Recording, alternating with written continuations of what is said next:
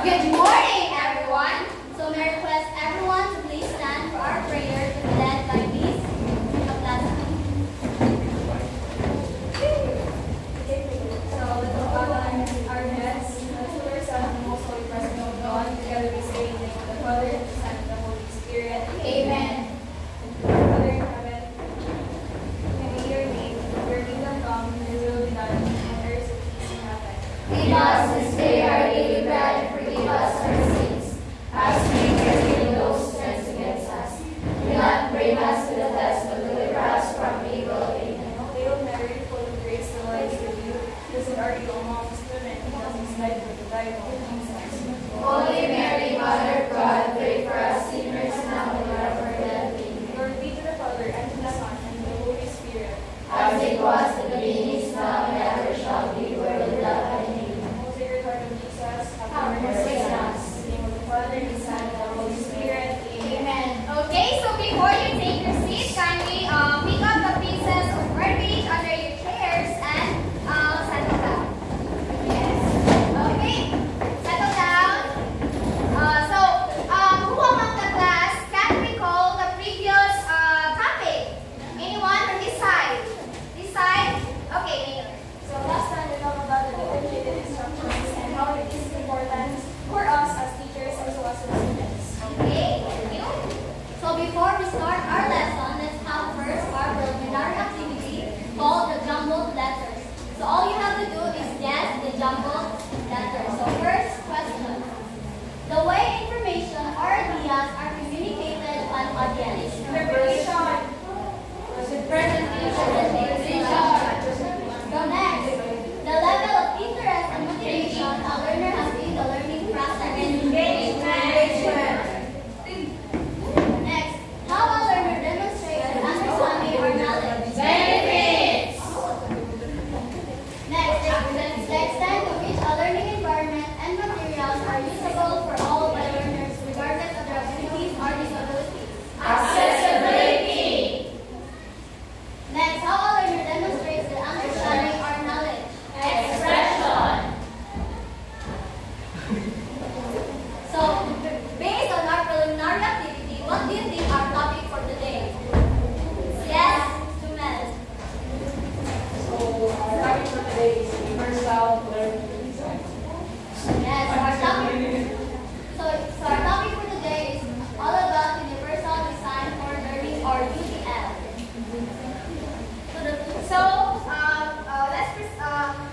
Let's proceed to the objectives. So A, define UDL and its core principles. Explain UDL's use in supporting diverse learners and analyze the benefits and challenges of implementing UDL in the classrooms. So what is Universal Design for Learning or UDL? So it is a way of teaching that makes learning accessible and engaging for all students, no matter their abilities and learning styles. So in other words, UDL is a one-size-fits-all approach teaching. This offers a solution to make learning accessible and successful for all students, including to those students who have disabilities and impairments. So for example, you let your students read a textbook na you have a student na kanang mag-isot siya basa or na-dyslexia. Mag-struggle siya basa ba? So sa UDL pa, ang buhaton sa teacher is mag-provide siya mas makasabot ang katong iyahang student na ay dyslexia. So iyang buhaton is mukha siya auditory format na kanang save ra gyapon information sa textbook nga gibasa. So mas nga way kay mas much easier nga ang katong bata manay kanang impairment is mas masayon niya nga masabtan ang textbook information. So give me another example that kanang UDL in classroom scenario. Yes, Danji. So, example ay kanang tingay kanaro sa mga estudyante. So, dapat kay kanang panalitan magsuwat ka sa chalkboard or blackboard kanang dapat kay dako-dako mo para makita karon. Yes, so ang example ni Danji kay kanang example daw kay ang teacher kay na ipang-copy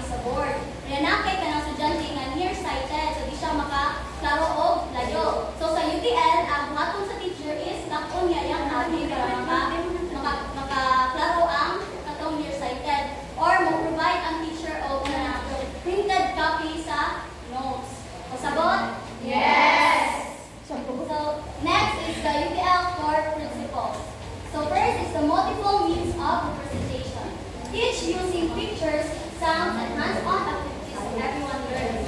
So this is giving information in many different ways. So for example, ikaw ang teacher, yung topic ay butterfly life cycle. So sa multiple means of representation, so ang teacher, pwede siya magamit ito na pictures or salita, makanagalitan na transform ang sa butterfly. Or maghimo ba siya o kanang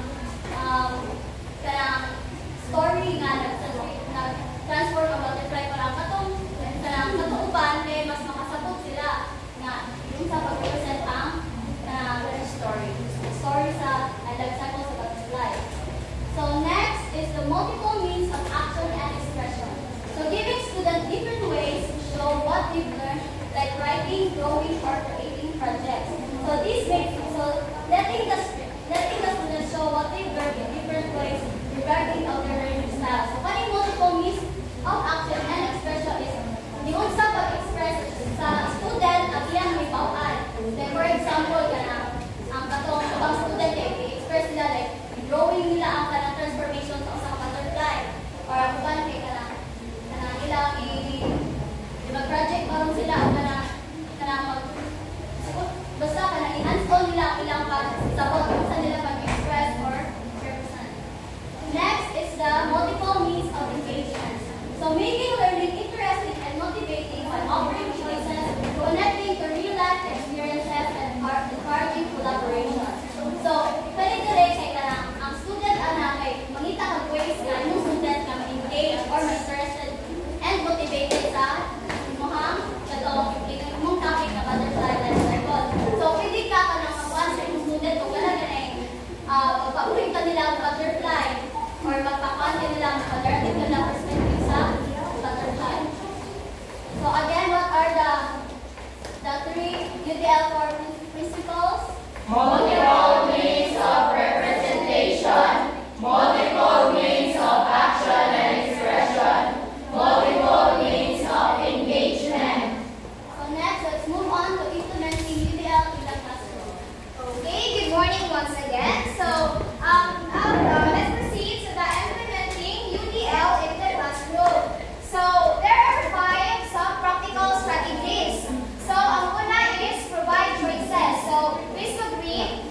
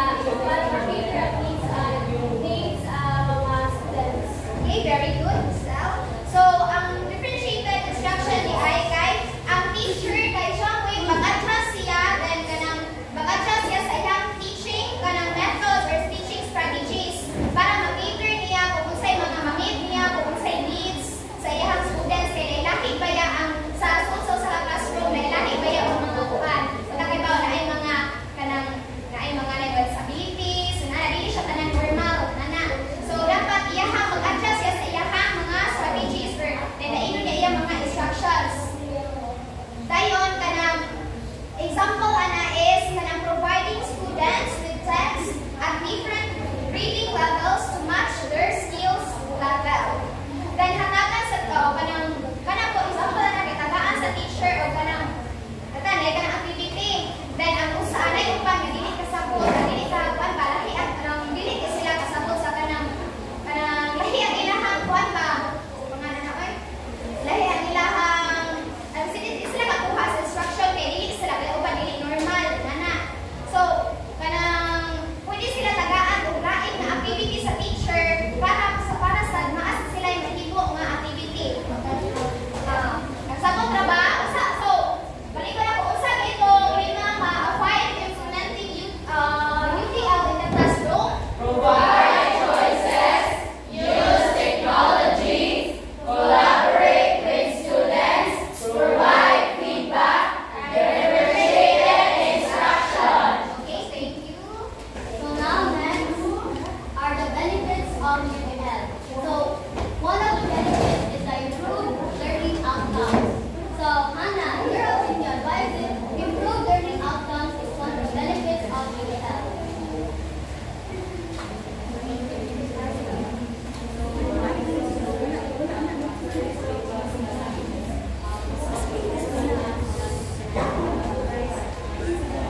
Yes, so improved learning outcomes is one of the benefits of UTL because it caters to different learning styles and needs. So next is the increased student engagement and motivation. Because when the learners can because when the students can learn in ways that suits them, they are more interested and motivated to learn. So next is the enhanced accessibility and inclusivity. So Katrina, why is this one of the benefits of UTL?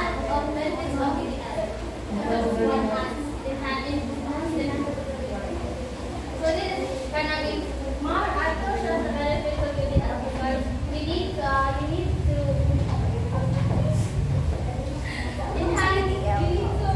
for kanang imong students is need to accessibility and accessibility kanang environment in ang classroom is kanang comfortable ang students nimo na mo share sila ang opinion sa ideas sa classroom or sa imong makita sa teacher. So next, that is the greater equity in education. So, Mayor, why is it the greater equity in education is the benefit of UTL?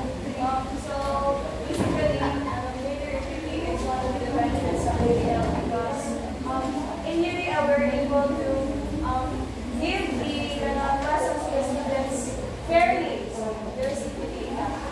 Yes, so what are the benefits of UTL? Improve learning outcomes, increase student engagement,